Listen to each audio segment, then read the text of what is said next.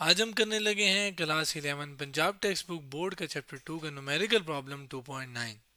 Problem की statement को समझते हैं फिर उसको सॉल्व करते हैं। क्या स्टेटमेंट है? Why does range R of a projectile remain the same when angle of projection is change from theta to 90 degree minus theta. Also show that from complementary angles of projection the ratio r divided by r dash is equal to 1। सवाल ये कि वो ये कह रहा है कि क्यों ऐसा होता है कि जो रेंज होती है प्रोजेक्टाइल मोशन की या प्रोजेक्टाइल मोशन परफॉर्म करने वाली ऑब्जेक्ट की वो सेम होती है।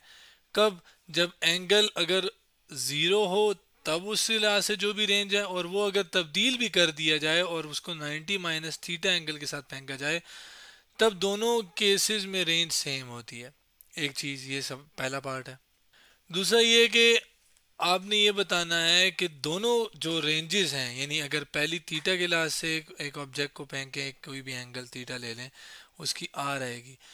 एक दूसरा एंगल 90 माइनस थीटा के लिहाज से एक बॉडी को फेंकें तो उसकी आर डैश रेंज आएंगी। दोनों की अगर हम रेशो लें तो आंसर 1 क्यों आता है या क्यों आएगा या कैसे आएगा प्रूफ करना है। यहाँ पे एक वर्ड लिखा हुआ है कम्प्लीमेंट्री एंगल। असल जो बात है ना वो इसी के अंदर छुपी हुई है। आपको एक एनिमेशन दिखाता हूँ fade dot colour dot E की साइड से मैं उठा रहा हूँ। फर्ज करें ये एक बॉल फेंकने वाली मशीन है या कोई भी चीज़ फेंकने वाली मशीन है। अब इससे जब मैं इसको एक चीज़ फेंकता हूँ, एंगल कितना है 40 से मैं एक चीज़ फेंकता हूँ तो ये दूर जाके किधर गिर रहा है इतना। फासला दिखाऊँ तो ये तकरीबन तकरीबन 25.7 के राउंड अबाउट बन रहा है मीटर। अभी एक एंगल है 40, लेकिन अगर मैं इसी एंगल को 90 से माइनस करूँ, ये रहा कैलकुलेटर, 90 माइनस 40 किया जाए तो आंसर आता है क्या? 50। अब मैं इसको 50 से फेंकूँ, जो कि मैं ये कर रहा हूँ, ये 50। अब मैं इसको फेंकता हूँ तो अगर आप देखें तो ये थोड़ा सा ऊंचा गया है लेकिन उतना ही दूर गया है, यानी यहाँ से लेकर हॉरिजॉन्टल फासला, इसको हम क्या कहते हैं? रेंज। और वो दोनों केसेस में 40 एंगल और 50 एंगल दोनों पे क्या है? सेम है। अब जब हम एंगल बढ़ाते हैं तो लंबाई तो बढ़ती है लेकिन रेंज जो है वो सेम रहती है। इस चीज़ को एक्सपेरिमेंटली भी हमने देखा, और ज़ाहिर है रेंज बढ़ने से हाइट उतनी ही रहेगी, सॉरी हाइट बढ़ने से रेंज उतनी ही रहेगी। ये तो कॉमन सेंस है, लेकिन इसको मैथमेटिकली हमने प्रूफ करना है और उसके लिए हम यहाँ पर इसका सोल्यूशन करेंगे। पहले पार्ट को हम देख रहे हैं, दूसरे पार्ट को बाद में देखते हैं। सॉल्यूशन की अगर बात की जाए तो रेंज का जो फार्मूला है, जिसको जो कि एंगल और बाकी चीज़ों पे डिपेंड करता है, वो हमारे पास है ये। अब इस फार्मूले को इस तस्वीर से मैं एक एक करके चीज़ बताता हूँ कि कौन सी चीज़ क्या है। इसके अंदर आपके पास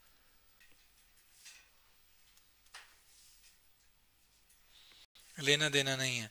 हॉरिजॉन्टल फासला यहाँ से लेकर यहाँ तक का जो फासला है, इसी को हम क्या कहते हैं? कैपिटल आर, यानी रेंज ऑफ प्रोजेक्टाइल। अब एक प्रोजेक्टाइल किसे कहते हैं? जो आगे भी हरकत करे और ऊपर या नीचे या राइट लेफ्ट भी हरकत करे। तो दो डायमेंशन, राइट लेफ्ट जाना और ऊपर नीचे जाना। जैसे ये बॉल ऊपर भी गई है और आगे भी गई है तो ये प्रोजेक्टाइल मोशन कहलाती है। जो चीज़ ऐसा जाती है या खुद परफॉर्म करती है उसे हम प्रोजेक्टाइल कहते हैं।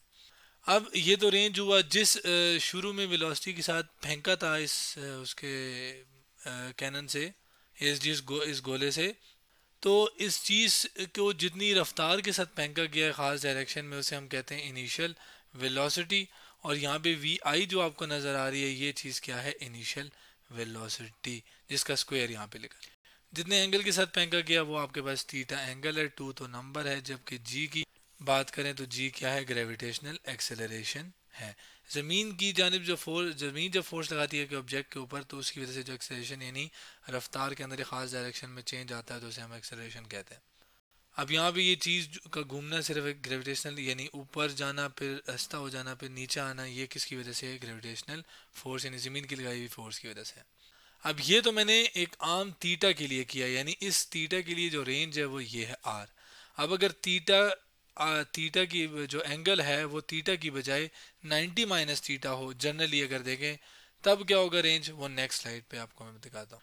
नेक्स्ट साइड पे आ गया हूँ। When angle is 90 minus theta, तो उसके लिए फिर क्या होगा? ये थीटा यहाँ से हट जाएगा। इसको मैं यहाँ से हटा देता हूँ, ये आपके पास हटेगा। तो ब्लू लाइन जो है वो थोड़ी सी आगे कर लेता हूँ ताकि मैं इसके अंदर 90 माइनस थीटा वाली बात लिख सकूँ। अब जो साइन है वो पूरा 2 और 90 minus theta, 2 multiply by 90 minus theta, इस पूरे पे अप्लाई होगी। ठीक है। अब इसको थोड़ा सा सॉल्व करते हैं, मतलब थोड़ा सा इसको सिंप्लीफाई करते हैं। देखिए मेन चीज़ वी आई स्क्वायर जी जो है उसको तो कोई फ़र्क नहीं है ना, उसको होता है एज इट इज़ आ जाएगा। अब साइन के ऊपर बात करते हैं। साइन है असल में टू जो कि अंदर मल्टीप्लाई होगा, इसको मैं करता हूँ 290 होता है 180, जबकि टू थीटा के साथ हो जाएगा तो वो 2 थीटा हो जाएगा। अब एंगल के अंदर दो टर्म्स हैं, जब ऐसे हो तो यहाँ पे हम मैथ का एक फार्मूला लगा सकते हैं जो कि साइन अल्फा माइनस बीटा होता है is equal to sine alpha cos beta minus cos alpha sine beta होता है। अब इसमें अल्फा भी एंगल ही है, बीटा भी एंगल है, लेकिन ये दोनों एंगल अभी यहाँ पर माइनस हो रहे हैं नहीं, तो उसका फार्मूला ये है। हमारे केस में अगर मैं अल्फा देखूँ तो अल्फा क्या है, वो 80 है, सॉरी 180 है, जबकि बीटा क्या है 2 थीटा।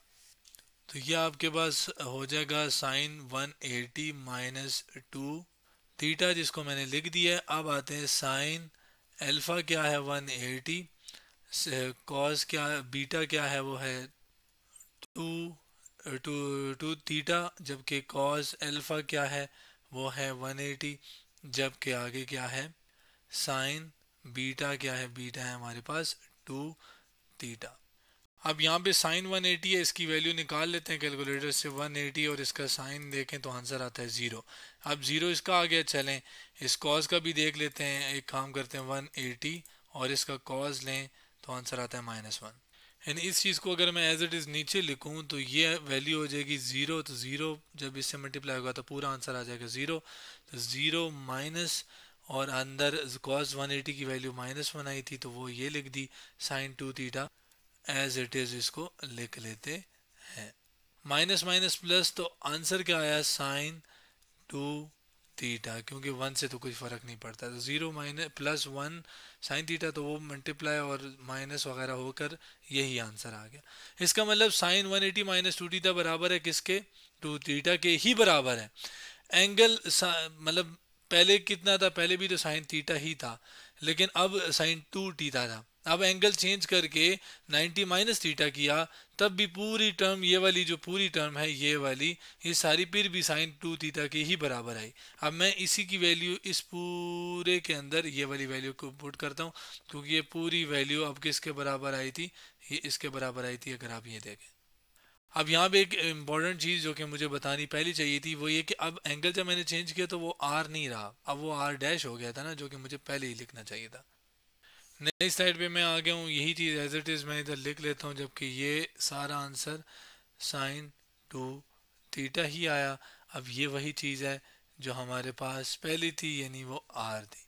अब देखें रेंज चाहे एंगल बढ़ाने से हो या कम करने से हो, रेंज यही पूरी चीज़ जो v i square divided by g sine 2 theta, ये सारी क्या आर की इक्वल नहीं थी, v i square sine 2 theta divided by g. तो इसका मतलब मैं आर डैश और आर क्या आपस में हो गए, बराबर हो गए, यानी रेंज क्या होगी वो सेम हो गई। यही चीज़ वो ये कह रहा था कि क्यों होती है सेम, क्योंकि हाइट तो बढ़ जाती है, इस वजह से रेंज सेम होती है। ठीक है, अब उस चीज़ को मैथमेटिकल प्रूफ जो है वो हमने यहाँ पर आपके सामने कर लिया। अब इसी मैथमेटिकल प्रूफ से मैं एक और दूसरे पार्ट भी डायरेक्ट कर सकता हूँ, क्या कि ये आर है, इसको मैं चलें इधर लिखता हूँ। आर डैश क्या है, जब एंगल 90 माइनस थीटा था। आर क्या है, जब एंगल थीटा था।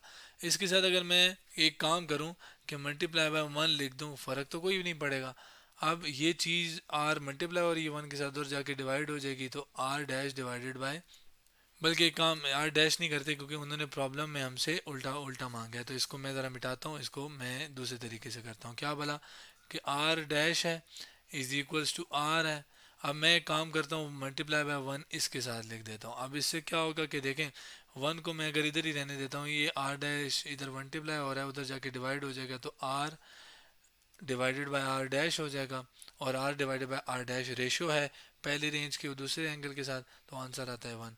तो ये प्रूफ भी हो जाता है। ये भी एक तरीका है। दूसरा तरीका क्या है कि आप आर डैश की वैल्यू लें, ये वाली, इसको मैं नीचे ले जाता हूँ, यहाँ पर लिख लेता हूँ। मैं अब आपके एक काम करता हूँ, ये लिख दिया, एक ऊपर आता हूँ और आर की वैल्यू जो कि ये रही, इस आर की वैल्यू को भी मैं यहाँ से कॉपी करता हूँ और नीचे आकर पेस्ट कर देता हूँ। अब एक्स्ट्रा चीज़ें मैं यहाँ से मिटाता हूँ, दोनों को डिवाइड करता हूँ। ये पूरी चीज़, ये पूरी राइट हैंड साइड से डिवाइड, लेफ्ट हैंड साइड से डिवाइड, बीच में इक्वल टू का sign, R divided by R dash आ जाएगा लेफ्ट हैंड साइड पे, R divided by R dash right side पे v square v i square है, ये भी वी आई स्क्वेयर है, जी है और ये जी कैंसिल, सब कुछ एक दूसरे के साथ कैंसिल होके राइट साइड पे क्या आ जाएगी 1।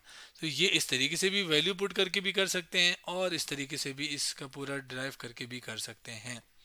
अब लास्ट में यानी दोनों चीज़ें मैंने एक ही चीज़ से कर ली। लास्ट में कम्प्लीमेंट्री एंगल्स उन्हें कहते हैं जिनका सम जो है वो 90 आए।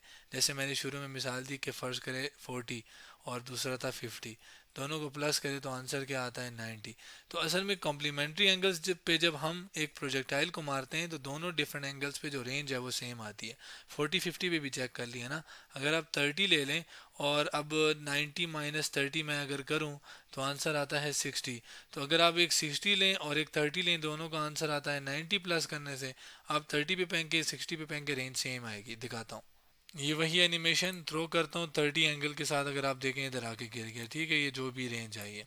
अब मैं क्या करता हूँ, इसको 60 कर लेता हूँ। 60 पे अगर आप ये 60 दोबारा फेंकता हूँ तो ये ऊपर हाइट तो बढ़ गई लेकिन रेंज बिल्कुल दोनों की सेम है।